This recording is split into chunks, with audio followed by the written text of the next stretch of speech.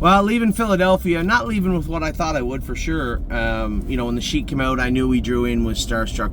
Is that his name, Dreamer? Starstruck Dreamer. And, I told you guys last week when I watched him race, I thought he looked like the head of the division. And take nothing away from Dr. Ian Moore's horse, a nice horse, but the other guy just seems...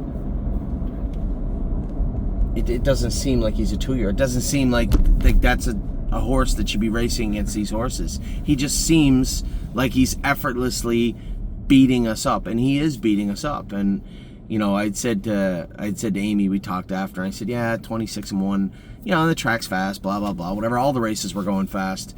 At the end of the day, I'm thinking I'm going into the race trying to figure out how I'm going to beat Starstruck Dreamer. Now, he run off last week and looked like tons of best, but he's still got to go around 1.5 times, and he's still got to win. And, I let him float along. I said, you know what? I'm going to be up there again, 26-3, 26-2. He's going to remove, right? But the one thing I noticed about him coming off the gate, like last week, Tyler Buter was extremely careful with him, where this week, Toddy had a handful. Like, he's coming out of the car, and he's really got a hold of him. He knows he has to let me go, and he's got a real big hold of him. So I'm thinking maybe we'll luck out, and maybe he'll shut his air off a little bit. Maybe he'll get, a little anxious and make a mistake. They are babies. But there was none of that. It just seems like he's Teflon. You just can't beat him. And obviously, leaving 26-1 took away a little on the end of it. But did I cost myself second? Maybe. I went out there to win. I didn't go out there to follow along behind. Now, I wish I had of. I often wondered when I was, when I was racing a lot of horses when Sun Beach Somewhere was out. And I often wondered, to have a horse that was that fast but could get nowhere near Sun Beach Somewhere, it's almost like your horse turns into a trivia question, right? And it's so frustrating to know you have a nice horse, but somebody else has a horse much better. And before today, I think I'd all but talk myself into, if everything goes my way, maybe I can beat him, or maybe I can beat Shalom Hanover. And I'm not saying we can't, but I'll tell you what, that's a different kind of animal. That I don't know what petri dish they grew that in, but he is a freak of nature, and obviously Noel Daly's done a great job and always does. I think with Atomics, and I know James is probably sitting home saying, need to leave them again. But when I know I got one horse to beat on the program, I'm going to let my horse pace out of there. Now, we draw 3 or 4 next week, sure, duck them, draw the rail, get away 3rd or 4th, race them on the end of it. But the last thing I want to do, now he had a tiny drop of mucus today, no blood, nothing like that. But again, you only get beat up so many times before you don't want to get beat up anymore, and you don't want to get that colt into that position. And that's how I felt halfway down the lane when I saw that horse, when I saw Burke's horse, coast by me. I'm saying to myself, I don't ever want to see that horse again. I don't ever want to race him again. And of course we're going to have to, but it just is what it is. I went in today wanting to race, and I left today wanting to never see Starstruck Dreamer again. He's just a really, really nice horse. And as much as I hate having a nice horse that is not as good as somebody else's, it's something to watch. He's an impressive animal. Like, I'm watching him getting into the last turn, I'm thinking to myself, I'm watching his body language from behind him, and I'm thinking, I don't even think he's hit 4th gear yet, and he's driving off. And our horse didn't feel as good today, but again, leaving from post 7, 26-1, of course, had to take some out of him. There's a part of me that says, well, maybe you should have just tipped him, just double him up going to the first turn. Maybe we get up there 26-4, 27, let him make the front easy, and hope that you can follow him. Yeah, in hindsight, yeah, that's what I wish I had done. But I came there to race him. I don't want to race him anymore. Anyway, Atomics Hanover was feeling fine after. He's a nice horse. He takes it all in stride, and you know what? I was worried how he'd react the first time, and James ended up first over with him, and he raced well to the wire. And then, subsequently following Ian Moore's horse last week, and I couldn't catch him. And now again today, following another one I couldn't catch. But, we're going to have to find more helmets with him, I think, throughout the rest of the season. That's on me or James or whoever else driving him for sure. But that isn't me saying, I can't believe you did that. I know why I did it. I know how the race went. But now we have to pivot and recognize that we too have a nice colt. And rather than trying to beat Starstruck Dreamer maybe every week. Maybe we just try and beat him one week and go from there. And that's kind of the same as Shalom Hanover. So, we got a nice colt. That's not going to change today. I don't think it's going to deter him. And my answer to that before, and this is James's school of thought, broke his heart. He's never, a good horse will always come back around. An okay horse, maybe, yes, he might break their heart a little bit. But a good horse, which I think this horse is, will always come out swinging. We just always have to give him a reason to. And I'll be the first to admit, we can't continue to lead from post 7 against that type of horse. We have to race a more methodical race moving forward. But that is born from today. That was not how I felt going into today. I was still looking for a way to beat Starstruck Dreamer. It's going to be a little harder than I thought it was going to be at the start of the day. So, yes, we finished third. We ended up beat for second. Colt was fine after. He was playful, seemed sharp, scoped pretty good. He'll get his ship back. As I said to Tim, both those colts, but especially that colt there, I don't think we need to train him up hard for next week. He's racing back in 7 days at his home track, but back in 7 days. Let's bring him in feeling as good as we possibly can. As far as a driver, I don't know who will drive the horse yet. I could ask Mark if he could come over and drive the horse in the afternoon and make his way back to Mohawk at night, whether it be via plane or car. What's wrong? Motorcycle's right. He went right through a red light, didn't he? Yeah. It's a good way to get killed. Jesus Christ. Well, at least he has helmet on. So maybe Mark, I know James would. James said Anthony, and after today, of course, James would be. I'm sure he'd be down in the dumps about him. I can't even drive now; he's ruined. No, but I think James just felt there was too many stakes next Friday for him to leave PEI, get to Ontario, then get to Pittsburgh, and then get back to It would just be really hard to do. I don't even think I'd know how he could do it. So maybe Mark can, if he's in Pittsburgh. Make your way to Pittsburgh, fly back home. I'm sure there's a flight that'll get him back around post time, or if you want, try to get at I keep almost calling him Atlas. Try to get Tommy in an early race, and then just scoot right back. Now, my biggest problem of the day is not Atomics, right? We could talk to her blue in the face. This is what you should have done. This is what you could have done. Everything you're going to say, everything you're going to think, everything people are going to say is based on hindsight, right? Nothing you can say pertained to the race in real time. Right? Nothing I'm going to say, nothing anybody can say. You can say I drove him bad, and in hindsight I did. But it's hindsight, right? We came there to race. Now we're going to pivot. Now we're going to hope that he draws bad someday. Maybe he gets in a fight with Shalom Hanover. Maybe he gets road trouble. We just have to worry about ourselves moving forward. So I'm not worried about Atomics Hanover. The other little guy, a little grabby going around the first turn. Greg had asked, he'd said I'd asked Dean around the first turn, why would Anthony remove him? Anthony didn't want to remove him. But Anthony definitely didn't want to come to Philadelphia to have him flip his pallet.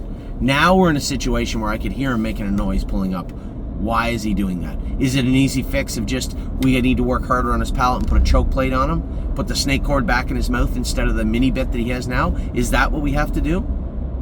Because I think in the bigger scheme of things, this whole pallet thing revolves around him getting tired or him being immature, right? And not physically or mentally as a 2-year-old. Well, no. Actually physically as a 2-year-old, but as a normal 2-year-old. I just think he needs to develop more, right?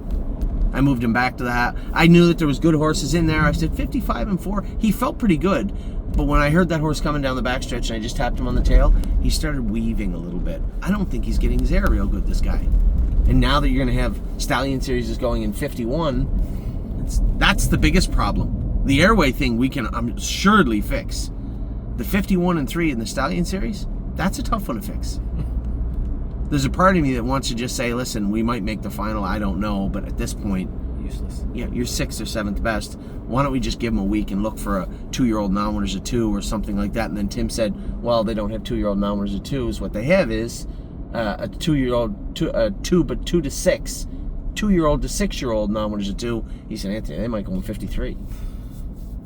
So we just have to look at what we're going to do with Complete Unknown. Make no mistake, no crying, no tears about Complete Unknown. He's a nice colt.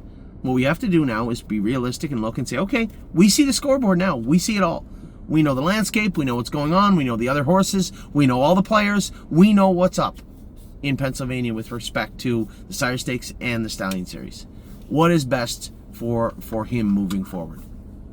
We already know what's best for Atomics. We need that horse to get sick or go away or do something and take Shalom Hanover with him. That's what we need. But all jokes aside, he'll be fine. The other guy, we have to look at what we're going to do moving forward. What is best for Complete Unknown? He is a nice horse. I don't want to hear anybody complain and say, oh, he's this or he's that. He's too small. He can't do this. He can't do that. The only thing wrong with him right now is he's running into a couple of horses that are faster the last couple of weeks. And that is what's bothering him. He's trying hard to keep up, and in turn, he is flipping his palate. He's displacing, as the vets would say. And I agree. I could hear him doing it. Pulling up. Terminal D.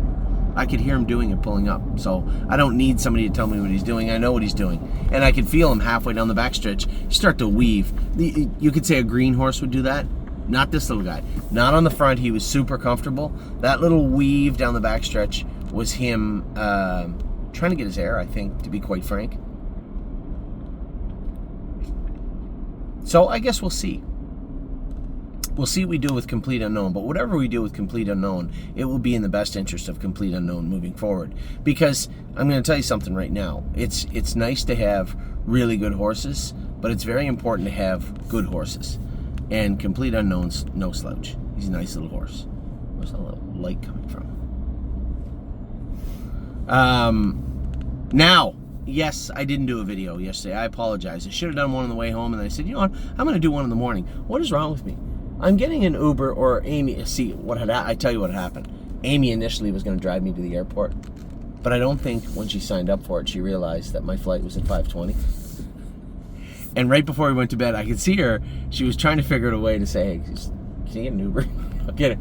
Which I don't blame her. I mean, she's got to drive all the way to Ontario with the kids. So I did. My biggest problem was, honey, I would love to get an Uber. Do you really think there's somebody driving an Uber at 4 o'clock in the morning in Brunswick? The answer is yes. There was. So I got an Uber to the airport, but in doing so, negated my time to do a video with you guys, or for you guys. So I apologize. Hanger 1, a lot of people asking what's wrong with him. Yesterday, I didn't get the scope results or the blood results from Andy Rickard. And I said to Andy after, Andy, he's trotting terrible. He's a little bit off right hind, so we need to address that. And his airway seems to be some sort of an issue. Now, I don't want to hear there's something bothering his airway again. He's actually very behaved now. He went from being crazy, and if you got him on the right day, you could win a race with him, to being not as crazy, and what is wrong with this horse? So my initial thought was, all right, we got to be able to race this horse every week. If we can't get him in every week, or Andy can't race him every week, or he's worried about me not being there so he can't put him in, we need to race him every week. And if we can't race him every week, then I'm going to have to send him somewhere where we can race him every week. And if we can't race him every week because he's only good out of the field and behaving himself, then he can be in somebody else's field doing something else with someone else. But I don't think that's the case. I think Hanger 1 threw in a clunker. We were really hoping and expecting a good mile from him. He threw in a clunker. The good news is he raced so bad, there had to be something wrong with him. So we'll draw his blood. You're going to find an AST or something. I've had 3 horses last week. I got a bunch of emails this week from people saying, Anthony, there's got to be somebody out there that knows why these horses' GGTs are jumping. Well, I know a lot of people. I talk to a lot of people that I consider fairly smart people. Whether it be all our veterinarians or surgeons, or maybe a fresh look from one of our clients, Larry, who's actually a former ER doctor. Smart people. And you can Google it yourself. All the people that'll send me, Google pages. Well, this is what, Gemini thinks our horses is having an issue with. This is what Gemini would do, or Siri might do. But it doesn't translate that well, right? I can't tell you why Had to Know. I sent a message out to our clients the other night. Had to Know? Officially the highest GGT ever recorded in our barn was the other day. 136. I don't even know how it gets that high. That's 3 weeks minimum, 4 weeks before you get down. You're like, he might be okay now. Like, your 4 weeks might be okay now. And I have no idea why. We've drawn that horse's blood 5-6 times. Not one time has his GGT ever jumped. Ever had a problem with it. Not one time has it ever had a problem. Travel blog. There's a 2-year-old colt. Qualified. Great. Looked great. Seemed great. Blood was fine. Right? Get him ready. Train him up. Take him down to Kentucky. They cancel it. Thank God they canceled the races. Because Eric happened to draw his blood. And sure enough, his GGT was 116. Which is close to almost the second highest. And then we have other horses where their GGTs are fine. Prada Renata's jumped again. We kicked her out in the field. She went, it's a 0 to 26. We got her all the way down. I think Eric got her down to maybe high normal. And then her last start, she raced kind of flat. And I said, I don't know, man. Maybe she's just not good. Maybe I'm wrong. I have no idea. I felt she was going to be a nice filly, but I don't know what to tell you. And sure enough, drew her blood.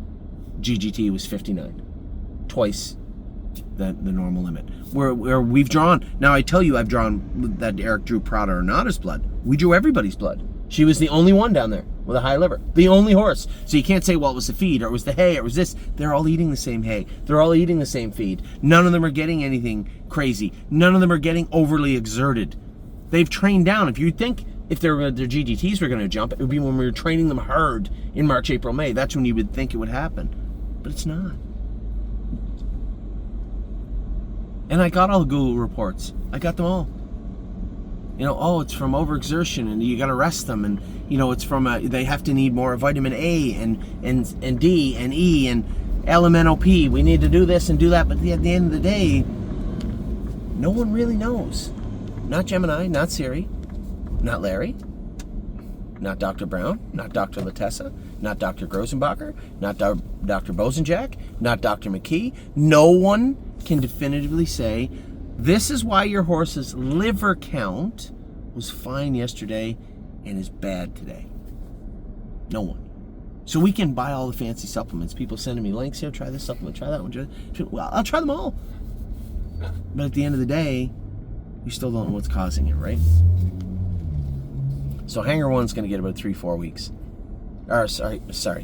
He's not going to get 3 or 4 weeks at all. I want to know what's wrong with Hanger 1. I'm waiting. I'm in the same boat as you right now.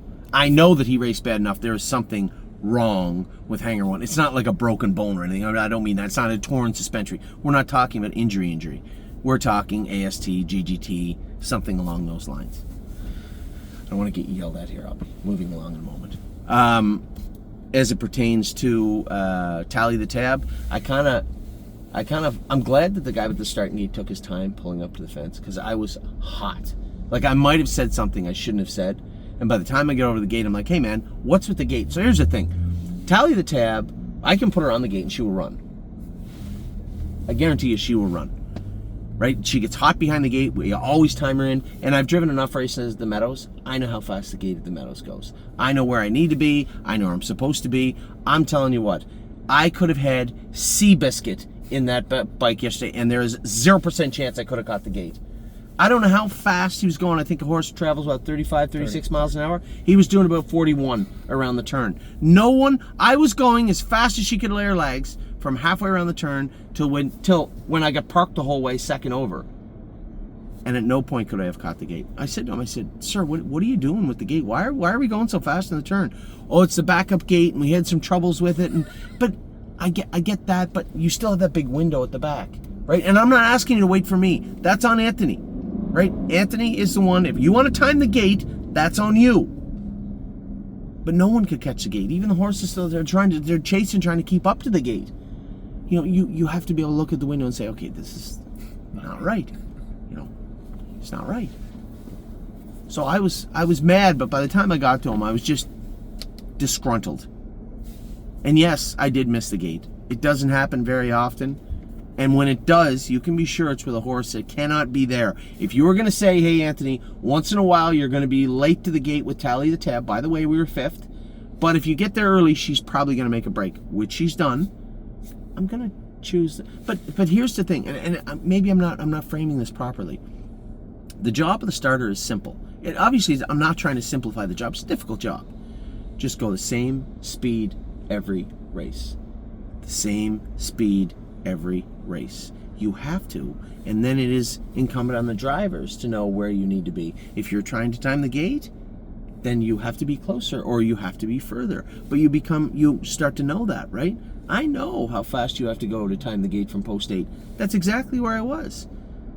But that was not a normal start yesterday. And it wasn't the first or second race. Apparently it happened. Maybe he was right. Maybe there was something wrong with the gate. But you have to be able to adjust midstream, right? And that's what I was saying, was clearly you understood that there was no possible way I could catch the gate. I could have been in a motorized bike and I was not catching the gate. So anyway, Tally the Tab, it's very simple. She'll be back in next week. I guess Justin can drive her. He's driven her before. Aaron's driven her before. The only problem is Aaron, I don't know how much strength he has in his shoulder. He might just slap her on the gate, and then you are going to be in trouble. So probably Justin won with her before, I think. First or second, I think. He can drive her. And I think he's driving Lou Armstrong on Monday.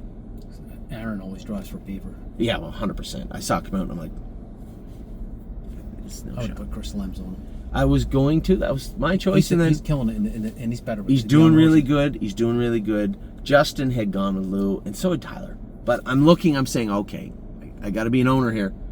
The list is funny you say that, because the list that I sent Jason was, what about Lems, Justin, Tyler? I don't see anybody else. He said Brett might come. Well, Brett's sick. He can't come. So then he said, I put Justin on the horse. He said, he's gone with the horse before. He knows the horse a little bit, and he'll listen. And not that Chris wouldn't. Chris Lems is consummate professional.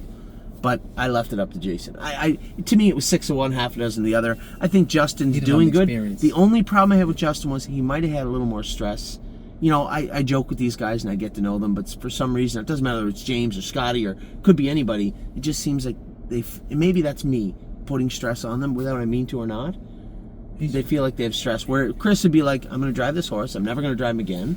And I'm going to do the best I can, and that's that. I mean, Justin's been driving really well lately, but this is a big race for him. He's not. It is. Well, the good news is he's got the 2-hole. The horse on the rails, pretty decent horse, I think. It's a pet slab. Who is it? It's a horse that made no money. Oh, okay. I thought it was okay. Beachy's horse, the 9.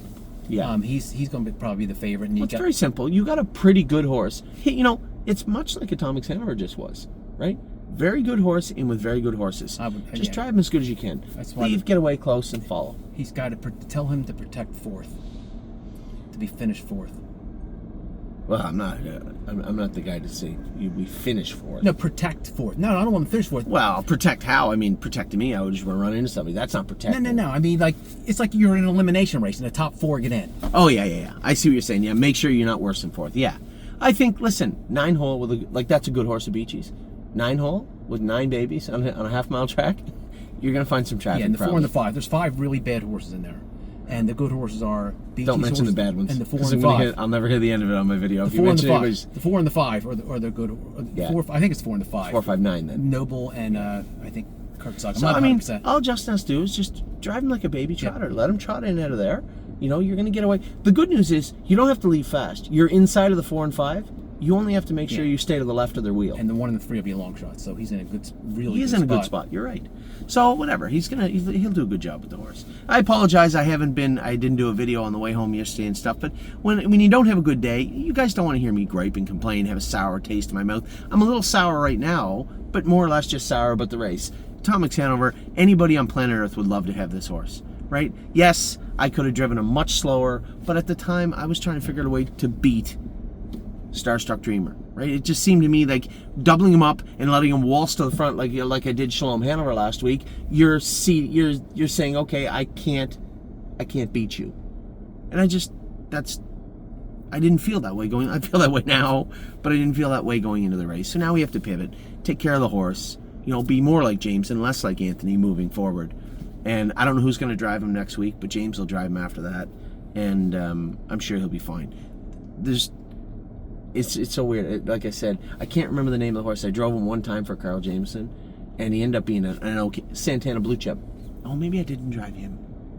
Maybe I get him mixed up with the horse. But Santana Blue Chip was the horse that raced against Some Beach Somewhere, and you'd never know it. He made 500, 600, 700. He might have made $1 million. But how much does he make if Some Beach Somewhere's not there? Right. So there's more than enough money to go around, and you always want to have the best horse. But unfortunately, in this game, what almost everybody comes to realize every time in their life is there's always one better. And Atomics will bounce back. He's a nice colt. Just got to take care of him for the rest of the season. Make sure that we put him away good and live to fight another day. Wait for the day that he makes a mistake, because he might. Anyway, that's it for today. I am officially off the clock. Well, I'm driving to PEI tomorrow. When are you going to come to the Gold Cup? You can fly. Come to the Gold Cup. That's an expensive flight. I'll tell you what, you will never have. I know you. You must have little coupons or frequent flyer things saved up.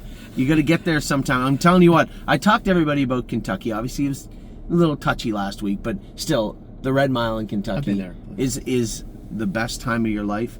Now, if you like the Little Brown Jug, and I'm not denigrating the Little Brown Jug. Here's my gripe on the Little Brown Jug. Shithole. Well, You can't say that stuff with the video on, Greg. I get it. You're right. I wouldn't say it like that. It's a very nice place. It's a fair track. It's a fair track, right? Now, the Little Brown Jug is historic. It's to be a part of that atmosphere is amazing. Now, the Gold Cup and Saucer, the entire town is built around tourism. You can't throw a quarter in any direction without hitting a 5-star restaurant. Everybody, the town shuts down at 9 o'clock on Gold Cup night, and everybody goes to the races that night. It is a tourism hub for the east coast of Canada, and if you want to have a great time and you like horse racing and you've already been to the Red Mile, you got to go to PEI then. It's an amazing. If time is on my side makes the final draws good, you might have to come down on short notice. Anyway, you know what? Yes, we were third. Yes, I get beat with Jailbird Jug. All this stuff is true. It happened this week, right? Good news is we got good horses to race, right? We can get better drivers, we can get better trips, but we can't get better horses. And just very fortunate and very lucky to have them. Now I'm going to get on a plane. I'm going to go to Ontario tonight. I'm going to be in Toronto with my kids. I'm going to try and talk Ollie into wanting to go to the New York Yankees game because it costs a fortune. I can't do it.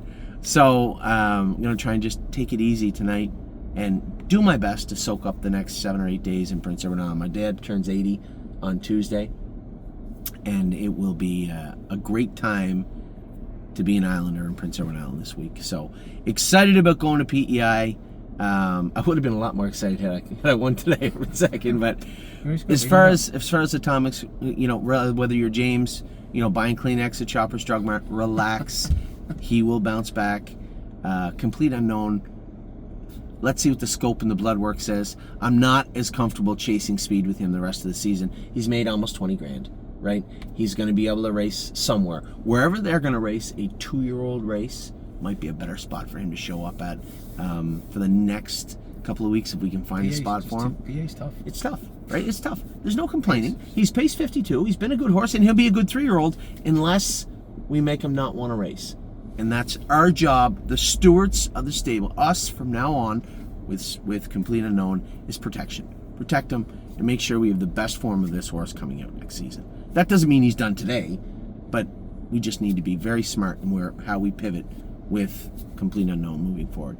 So that was it. There was nothing else from yesterday, was there? We had 2 races. I think we had one more. Gorgeous Package raced pretty good. She raced pretty good, raced really good. Part 26-2, came home 27-4. I told Marcia, I said Marcia was always lobbying for Minnesota, and I like it, but Minnesota is exactly what I don't like, is that you don't have enough classes, right? It's bottom, middle, top. Yeah. And she's in the middle and going to drop to the bottom probably a little bit soon. Yeah, she put her on a little money last night. The problem, but here's the problem. They raced for $7,700. Yeah. You're going to the gate 15-1, racing for $7,700. And I like the Lems family. She was good though. And I think I liked it better when we had Perlucky out there. We could race in the open every week. The middle condition horses maybe just not the way to go. So we'll strive to have maybe a better horse there for them for the next season. Scott Cisco or something. I know him.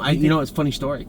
I knew Scott Cisco. Scott Cisco lived around the Peterborough area, Ontario, and raced in Kawartha Downs for the longest time. I saw him in Michigan, I believe. In fact, I think he's originally from Michigan. I'm not positive, but I believe he is.